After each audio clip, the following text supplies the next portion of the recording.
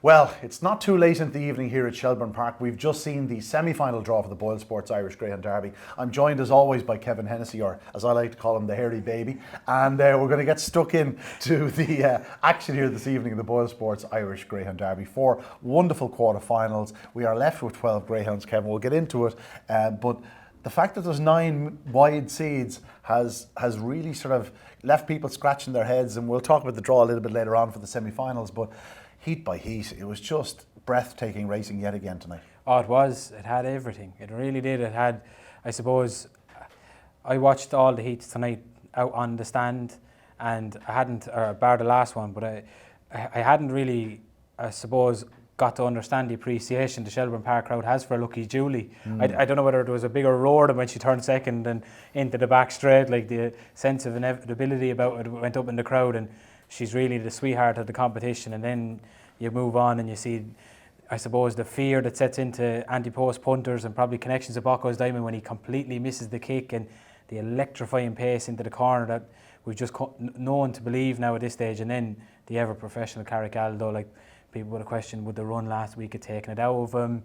He's improved every night, and he showed that last week took very little out of him, if anything, because he was just awesome again tonight. And then the likes of Big Jim, and the stories are endless there. But like I said to you before coming on, I'm going to stick my neck on the line anyway.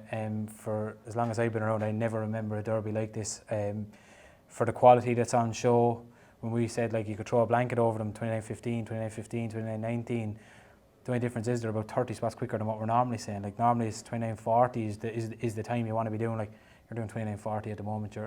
You're too far off the mark. So incredible racing. We said it last week on this that it get down to Shelbourne, it promised to be, and my God, did it deliver it tonight. Sure did. Let's get stuck into the heats themselves. It all started with a bang. Bombay Pat. It was one of those heats where I just couldn't make up my mind all week. I sort of toyed around with the idea of the Laddie Dad, March on Freddie and Bombay Pat. I ended up tipping up Bombay Pat, but it was one of those races where this was very much a watching brief for me. My fear with Bombay Pat was he was going to come out and do a 3:46, 3:47, something was going to do a 3:38 and get running him. And then maybe there might be another dog in his inside and things could go wrong. But as it was, none of them really took a flyer. It was such, I went and away they go on a fast start from, it's just my habit. And I'm looking at them going, Christ, which of them's in front? Like there was nearly 6 of them in the line after a yard or two. And in that situation, well, we know exactly what's going to happen. Bombay Pat, after 5 strides, sticks on the afterburners. Good luck, Irene. He's gone. Forget about it. He's gone 5-6 clear down the back straight. He's never going to be picked up. Big Jim turned second. Popular qualifier. And back in third. We'll get into that. Down into the third bend, Check for Cash was third, but Deladida was catching him fast. And as we said about Deladida last couple of weeks, he just wants that inside line, and Check for Cash wasn't giving it up, and he ended up clipping the heels of Check for Cash. And then all of a sudden, March on Freddie's left third, and we still have a UK representative. But it didn't matter as regards the Bombay Pat. He was imperious out front, 29-19, wins by 6 lengths, 16.85 off at 3:46. Like it's really racing. Yeah, no, I was glad that you said what you said post race, like straight away after it. It was a very, very strange race when I watched it the first time, because I was certain that the 6 dog had done a 3:36 or a 3:38 just because he was in front so early. But then the 3:46 came back up, I went in and watched it again, and you said it post race. Nothing got away. I thought something must have charged the boxes, but I watched the replay and I didn't see anything charged. It was too level. It was too level. Normally when a dog charges, you get one left and one takes a flyer, but not on this occasion. Yeah, I think they all just missed it. I just think they all just missed the kick. Exactly like you said, of the 4 quarterfinals, I think this one on paper, if you ran it 10 times, you had 10 different results. And I think I'd back Bombay Pat next week on after this display. I definitely thought that any one of these could win. I thought any one of these you could make a case for. I think you could have made a case for any one of them qualifying. It was, on paper, to me, the most open race. And after a couple of strides, you knew what was going to happen. Yeah, it was inevitable. He just explodes into that first bend. And to do 16.85 off at 3:46, like we can't explain how impressive that is. 29-19, his Achilles heel is starting, got away with it in that type of race. With the benefit of hindsight, knowing what's ahead of him next week, he probably won't get away with it again. Ballinaboula Jim, met the Murphys today, Corson and Carlo, and the nerves are setting in, and look, the excitement I suppose as well. And look, it's a better competition for him being there. It really is. Like it's a great story about this dog, and I know his winning sequence might come to an end. I tell you what, they don't mind. I'd say they couldn't care less. So just to go through, heart goes out to the laddie da. Genuinely. Now I know I'm a big fan of him, and through this derby in particular, I suppose I've been more vocal about him, just because I suppose he hasn't had, I suppose, the highlight on him or the spotlight on him with the likes of Bocco's Diamond and Bombay Pat, but he was absolutely flying into the third bend. If he just goes outside him, I think he's safely through into the semi-finals, but he does try to go up the inside to check for cash. He gets closed off, and then, look, the benefit of it is we have the UK runner. March on Freddie goes through. I thought he'd done very little wrong, March on Freddie, just unfortunate at the first bend. He got shuffled. Yeah, got shuffled out of it. Yeah, that's because it. He was actually in all right position. He was, yeah, going up. But as you say, like he looked dead and buried off the second bend. But to get through like that, you know, I think I said it, maybe not in commentary, but I said it in you know, sort of post-race sort of analysis, just talking gibberish to be honest. And I said something along the lines of, you know, he was very nearly out of the derby, and that could be the difference between winning it and, you know, crashing out tonight. Well, I say it about pretty much every dog. There's a night where it all goes wrong, and it happens pretty much every dog in a derby, and you just need to keep your name in the hat. And tonight was that night for March on Freddie. He's 1,000,000 to 1 to qualify at the second bend, but he's got through. And look, from a I suppose from a derby point of view, with exposure, it's brilliant to have him there. But also credit to David Mullins. Like, you know, there's been plenty of dogs in England that are more than capable of coming over here and taking on the best that we have. We know that, and we know Shelbourne Park, and we know that they're well able to do it. He took the leap of faith, and he was rewarded tonight. He deserved that bit of luck that he got tonight. But very unfortunate for the laddie da. Would have loved to see him, you know, qualify. But well done to Bombay Pat, Ballinabula Jim, and March on Freddie. Yeah, I always bring this sort of thing back to when you're talking about March on Freddie, to bypass Byway in the quarterfinals of his derby. It's a few years ago now, but he looked dead and buried, managed to scrape through, goes on to win the derby. On to Heat 2, and yeah, this was a terrific contest. You know, all in all, an unbelievable contest. Firstly, Untold Dollar missed the kick yet again and drifts out to trap 7 into the opening corner. I'd say they'd go again, you know, with a middle seat or a wide seat if they had their option. But he never played any part. In contrast, Cheap Sandwiches, his kennel companion, justifying odds-on favouritism, showed great early speed, got to the front, and you think, that's it, ball burst, it's all over, forget about it. 29-18 last week, 29-20 the previous week, but just couldn't quite get away. And you saw a Lucky Julie peering into the back straight and going, here we go. Ballymacbriar, firstly, really put it up to Cheap Sandwiches down at the third bend, really pushed him into the third bend, looked for a stride or two like he was nearly going to join him on the inside, and then sort of petered out. Meanwhile, the Lucky Julie arrives with a rush, and you can see that she's absolutely motoring. And just in the wing mirrors, you see Sing Along Dolly arriving with a rush. I spoke to a very shrewd man tonight, a clock man, and I said to him, I give Sing Along Dolly a nibble at a big price. I just thought she was overly priced, and he said, she did some clock home last week. Now, it wasn't something that I had in my arsenal during the week, but she did some clock home tonight as well. But a Lucky Julie got first run on her, and by God, she did some run up that home straight to get up. She wins by a half length in 29-31. She's 5 or 6 lengths off the pace at one point. Oh, I know. This was the race. Like, obviously, we all know Jerry and Jerry Mealy, and we all want him to do well. But this is, you know, I know Bocco's Diamond has stolen the spotlight, but this is the story for me, I think, anyway. And the roar that went up when she challenged off the second bend just was unbelievable, because not challenged for the lead, challenged to go second, because everyone knew what was going to happen at that point, even as early as that part. But yeah, I thought you summed it up perfectly. Cheap Sandwich has been running out of his skin, gets away, gets on the bunny, or expecting a huge run. Like he lost very little in defeat. Like you said, Untold Dollar completely missed it. As you said, moved off, but in hindsight, even if they'd have stuck a middle on him, with the amount of ways we've left it in, he probably would have ended up in 1 or 2 anyway. Ballymacbriar has run an incredible race to outpace Cheap Sandwiches into the third bend. Like, he is emptying the tank, and he paid for it up the home straight. He just was legless up the home. The tank was empty. Oh, it was gone. Like, I seen a piece on Davy Russell during the week, and he was saying, like, you know, you only want to go into the red once when you're riding a horse. And at the third bend, Ballymacbriar was going into the red, but he had to be, because the gears he showed, you know, like he's really caught the eye in this derby. Like, this is a dog now. I know Connection will be disappointed tonight, but we'll hear plenty more of him going forward.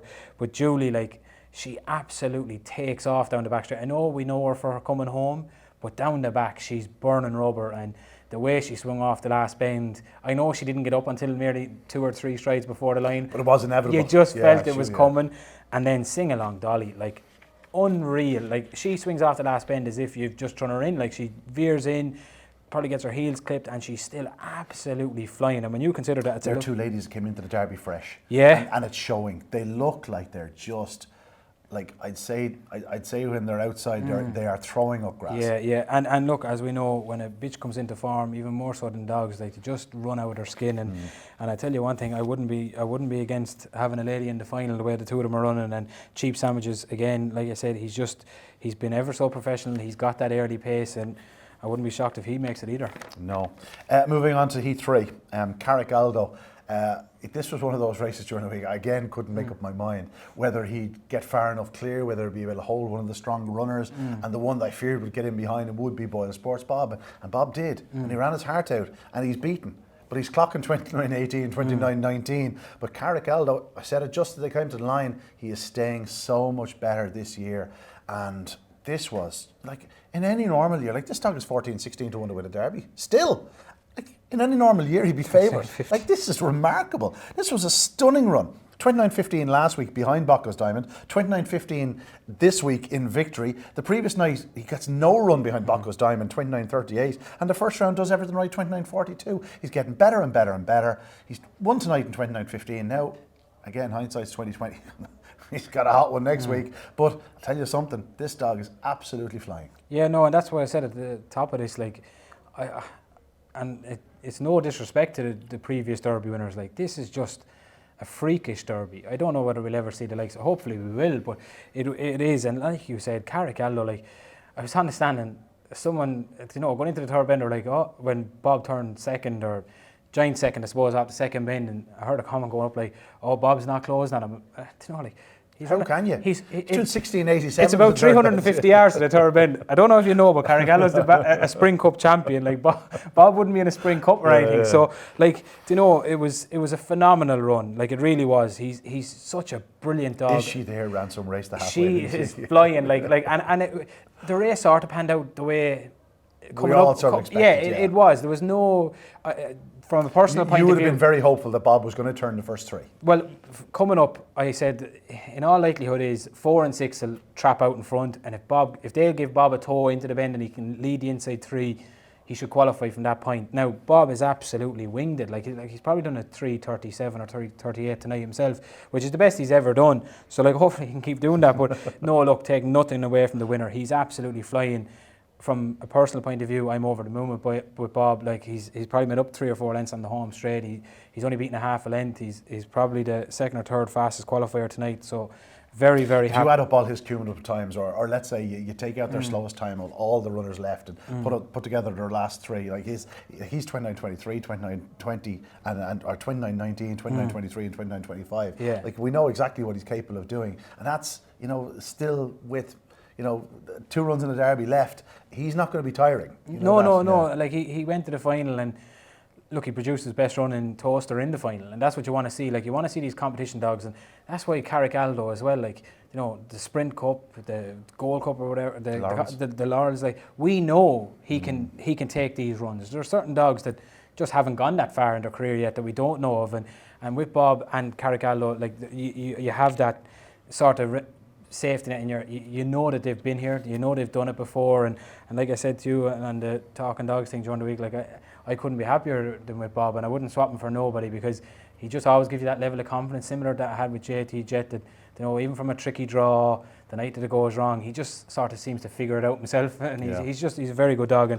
And speaking of dogs that just seem to figure it out, like the Bull Falcon, like he's the most ideal competition dog, and now where there's 3 inside seats left going to the semi-final. At worst, he's going to get 1 or 2. If he can stay in, he's going to be so hard to keep out of frame. And Ginger and the crew have him absolutely flying. Like, if you have a Bombay Pat, Cheap Sandwiches, all them Carrick Aldos, like, you do not want this lad falling into the slipstream. And with so much early pacers and funny draws, you could find trouble even on the run to the bend, let alone on the bend. Connections of Bombay Pat would definitely like to see him again, because that means they've made the final, because they're drawn opposite each other. I just want to mention 1 or 2 other ones there. Yeah, Is She There ran a blinder to halfway. Undulation, she's in a lovely pitch into the corner. She just drifted off wide and she sort of left the door open, and all of a sudden she finds the Bull Falcon there. And that cost her because she was running so well. It just didn't happen for her tonight. An extra gain. He ran so well for Jerry Holian through this derby. He's beaten, a length and a half back in the fourth spot, you know. That's not where you want to finish in fourth spot in the quarter-final or the semi-final. We move on to the final heat, and while Bocco's Diamond didn't take the headlines in terms of the clock, I thought this was brilliant. Like, this dog did not take a fast start by any stretch of imagination, and even then he seemed to break better than his position after 5 strides would have you think, because he seemed to, I'm not sure if he took a false step, but he seemed to be further behind after 5 strides than he should have been, and then all of a sudden, bang, he just started the motor, and it wasn't even close. Like, he absolutely destroyed them into the opening corner. It was unbelievable. He flies to the third bend, 29.19 off, what was it? I didn't write it down. I think it was a 1680. 1680. Like, he's doing 1680. Yeah. Like, it's, you know, like New Win Taylor prior to this derby was the fastest ever with a 1679. He's after missing the kick, and I still think he did the 340, which is unbelievable. Yeah, 29.19, easy as you like. Callaway Kinnegar ran on very strongly to grab second. 7 Beach clung on. Oh my God, it got tight for third, fourth and fifth. And the dream of winning 3 in a row is still alive for Jennifer. Yeah, no, look, it was breathtaking, and probably in more ways than one for Connections, because I'd say, like, when the box is open, like, just to put this into perspective, if the Winter Festival was on tomorrow, or any 5 to 5 in Shelbourne, like, Hawkfield Blue is a dog I'd love to be backing in it. Regardless of price, he's just such a brilliant early pacer. Like, he was rattling 28 seconds for sport here before the Derby. I think he might have done the 340. It's close between himself and Bocco's Diamond, but there's no argument that he's broken probably a length clear of Bocco's Diamond. Now, like I said, the reason I say that about the 525 is that's how good an early pacer I think Hawkfield Blue is. And Bocco's Diamond has possibly given him a length of trap rise and cleared him a length and a half with ease into the... Yeah. It's like he's not doing it to the likes of the Bob, possibly 2 lengths. He's not doing it to Bob or the Bull Falcon or the stronger running dogs. Like, he's doing this is a contest with Hawkfield Blue, short grip and 7 Beach in it. And he is just leaving them in his wake. It's scary to believe. Another line of form, to just give you an idea how good this is, Carrigallo's on a 332 tonight. A length, more than a length quicker than Bocco's Diamond, even if you say Bocco's Diamond under 340. And he's still a length in front of Carrigallo at the third bend. Carrigallo's done 1687, he's done 16. Like, it's scary when you put the pieces of the jigsaw together. It's phenomenal, it's breathtaking. He has every attribute you'd want in a greyhound.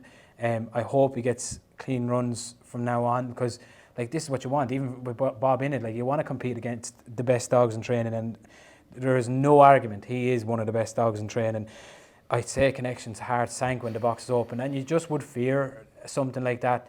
With the benefit of hindsight, we know where he's drawn the next night, whether that will have an effect. We've seen him the night he was drawn in 2, missed the break and charged up the inside, and his bravery got him through, but you wouldn't like that to happen. Like, it could go either way. So they toyed with the idea of the inside, but yeah, exactly. I think they stuck with the wide because they thought he'd trap better from out there, and that is where it can be won and lost. You know, the door didn't close tonight. That's because Scooby Pacemaker's only going to go one direction. It's left. 7 Beach is a straight runner. You know, who's to say it won't happen next week? 7 Beach is in 2 next night. You know what I mean? So he can't afford that start again. But if you do leave him alone in the first 15, 20 yards, he's going to go clear. He's gone. And then, like you said, I think the makeup of this race really suited Callaway Kinnegar. And I think the semi-final and final, regardless of what the makeups are going to suit him. We've said it. How many times have we said it? The better the race, the faster they're going. And like, I know people were probably frustrated with him in the earlier rounds, but he wasn't in the strongest heats most nights, and he was in against dogs that, with all due respect, wouldn't have been of his level and almost nearly got in his way. He's definitely a dog I don't think wants company around the third bend, and I'm not saying that in a disrespectful way. He's still learning his trade, is what I'm trying to say. If he thinks he's going to get closed off, he's a tendency to ease at that point. Nothing bad in the dog, I just think that's his mindset at the moment. But if they get spread out and spaced out, like, he is going to be absolutely rattling. We know what his semi-final looks like next week. I would, if someone offered me betting, I think he'll be in the first 3. I'd put my hat in it. I think he'll be in the first 3 just with the makeup. Himself and a Lucky Julie, I think one of them will definitely be going through. And 7 Beach, I'm probably his #1 fan outside of the kennel at home. And I wanted all the Connections to do well, but I really wanted him to hang on. He's run his heart out. He didn't get to dictate things, got tight at the third bend and swinging off the last bend, and he's all out to the line, like he really is. I think he stuck his neck out. But he did, and for a little dog, like he's as brave as a lion. And Jennifer, like she's unbelievable at this time of year and in these competitions. And again, I know he faces a very tricky heat next week, and he's going to be probably a big price, but I wouldn't bet against him still.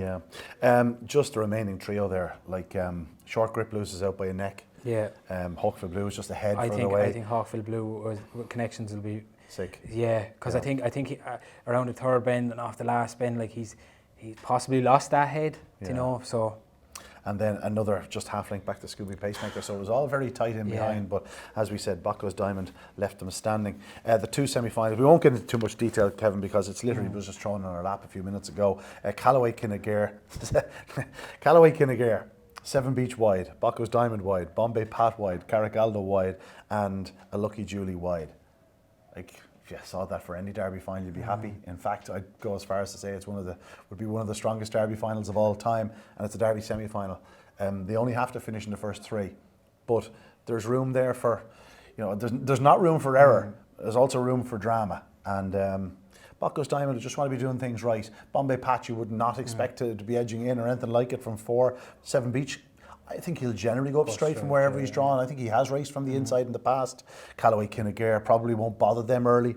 Carricaldo can fly up from 5. And a Lucky Julie, well, she'll be just looking to find herself in a nice pitch. Any traffic in the middle will aid her cause. Absolutely intriguing. It is, yeah. I think the part that could get a bit interesting is if Bombay Pat did start well, because I think 7 Beach will go up straight. I think Bocco's will go up fairly straight. Bombay Pat is the only one, but he might move out. Carricaldo will go up straight, and Lucky Julie will obviously steer her own course. So if Bombay Pat came away, but I think 9 times out of 10, Carricaldo will probably out-trap him. Look, it's a phenomenal race. It really is. I can see them, entering the back straight, and they could be out like the washing here. Do you know what I mean? Like they could be, and you are going to have Callaway Kinnegare and a Lucky Julie absolutely flying. There's one thing we know about the 3 early pacers that are not Bocco's Diamond, right? Yeah. 7 Beach, we know he's not going to throw the towel in. He'll keep racing to the line. Bombay Pat, we saw from him last week that he absolutely hammered down the back straight with no dog in front of him. He's not going to throw in the towel. No. And Carricaldo, he's shown it twice or 3 times in this Derby already. So, this is not one where Callaway Kinnegare and Lucky Julie are guaranteed to pick up those ones in front. The dogs in front of them are going to be capable of doing 29-20. You know what I mean? So, this could be first to last in a clean run race. This could be the fastest race ever run at Shelbourne Park. Well, there's a real possibility that you could do 29-25 and not qualify for the final. That's mad. But this is what I'm saying. It's scary to believe, and look, it's a credit. It's a credit to all 12. And we say it's sort of tongue in cheek, but genuinely, God, we're nerds. If it is a clear run race, probably 29. Being honest about it, 29-30 is probably not going to be enough. If it's a clean run race, 29-30 is probably not going to be enough. You watch. 29-30 gets you in the frame. We'll see. We'll see. Will. 29-40 gets you in the frame. Not in that heat. We'll see. 29-40 won't qualify in that heat. Fiver, you're on. I was going to say a pint in Derby final. That'll do. I'll buy the second. On to heat 2. 1 sing-along Dolly, 2 the Bowl Falcon, 3 Cheap Sandwiches, 4 March on Freddy, 5 BoyleSports Bob, and 6 Ballinabola Jim. I don't want to put words in your mouth. I think you're glad you're in this heat, aren't you? Yeah, I am. You would be. Look, it's still a Derby semi-final. It's still a great race. It's still a phenomenal race. Look, it's a weird thing, right? I came over here for the draw, obviously not wanting trap 2, because I knew one of them had to win the 2. So that's probably worst case scenario. But and I hope I don't put the mocker on him. But I do think he's actually breaking better from 5. I think he is trapping that little bit sweeter from 5. So I kind of didn't want to be in 6 either. So very happy with the trap. Ballinabola Jim should go up straight as a gun barrel out there. Cheap Sandwiches, the early pace is probably inside him. Do you know what I mean? So provided they don't come out, which we won't know till next week. Look, it's still, he's going to have to run his heart out again to qualify. But Jim not move in on Dynamic Force last week? Stop tempting fate. Look, we'll see. But no, look, even taking off, I suppose, the black and amber race and hat, it's a phenomenal race. I'd imagine, what'll be favourite? Cheap Sandwiches, I'd imagine. Probably just, yeah. I'd say probably just Cheap Sandwiches. Now, I'll tell you, Sing Along Dolly, drawn 1, the Bowl Falcon in 2. like she could be a big price and she could go ping. We know she can go ping, and the way you're talking about the clock she was doing home and clearly to the eye how she came home tonight, you know, she and Pat, like he's only got one left in it, but I'm sure he'll be rolling up the sleeves. And I would say the Bull Falcon kennel aren't overly impressed with the heat they got, in a sense where, you know, Sing Along Dolly gets in front of you. You know, Cheap Sandwiches is expected to be a long way in front. March on Freddy's so strong. BoyleSports Bob is so strong. Even Ballinbola Jim is so strong. It's not the type of race you can come from 5th or 6th place to qualify. well, it's funny because you said to me, I'm sure you're delighted, it's actually the type of heat I hate, Bob. Yeah, but you should lead up 2 or 3 of them. I hope so, but he can't one afford or to two of fluff it. them. He can't afford to fluff it, like, and that was the fear I had even tonight. Like, you're looking at the Bull Falcon, undulation, you know, like strong runners in the race, and I knew in the race that he couldn't afford to turn 5th, and it's the same in that heat. Like, if whatever turns 6th at the second bend, barring what we saw tonight with like the laddie that trouble at the third bend, they're not going to pick them up. Like you're not going to come from 3 lengths behind BoyleSports Bob, March on Freddy, Sing Along. It's just impossible. Like, you can't do that. Ballinabully Jim. So look, we've got 2 brilliant semi-finals for probably 2 different reasons. All the early pacers have almost been into heat 1, apart from maybe Callaway Kennegair and then Julie. But she winged it out of the box tonight. Yeah, but she just lacks it. She lacks it into the corner, and then almost apart from Cheap Sandwiches, you've probably got, you know, real strong running type. So look, it was mouth-watering before the quarterfinals. It's even more so now, and the pressure's on now with our bet as well. So I won't ask you. I won't ask you to name your first 6, right? No, your final 6.